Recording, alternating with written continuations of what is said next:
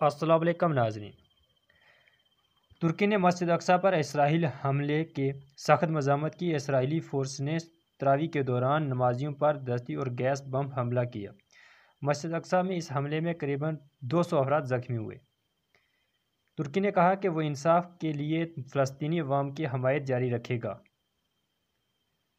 ترکی وزیر دفاع کا مصری اسپیشل فورس کمانڈر کا دورہ۔ انہوں نے کہا کہ مصر کے ساتھ ہمارے تعلقات فروغ پاتے جا رہے ہیں۔ ترکی کے مصر سے خوشگوار تعلقات سے باخبر لوگ خوفزدہ تھے۔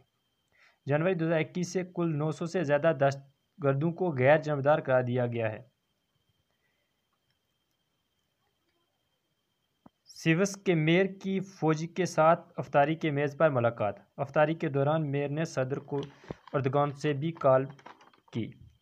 صدر کا اہلکاروں، فوجی اور کمانڈروں سے حال حوالہ دریافت کیا اور رمضان کی مبارکباد پیش کی۔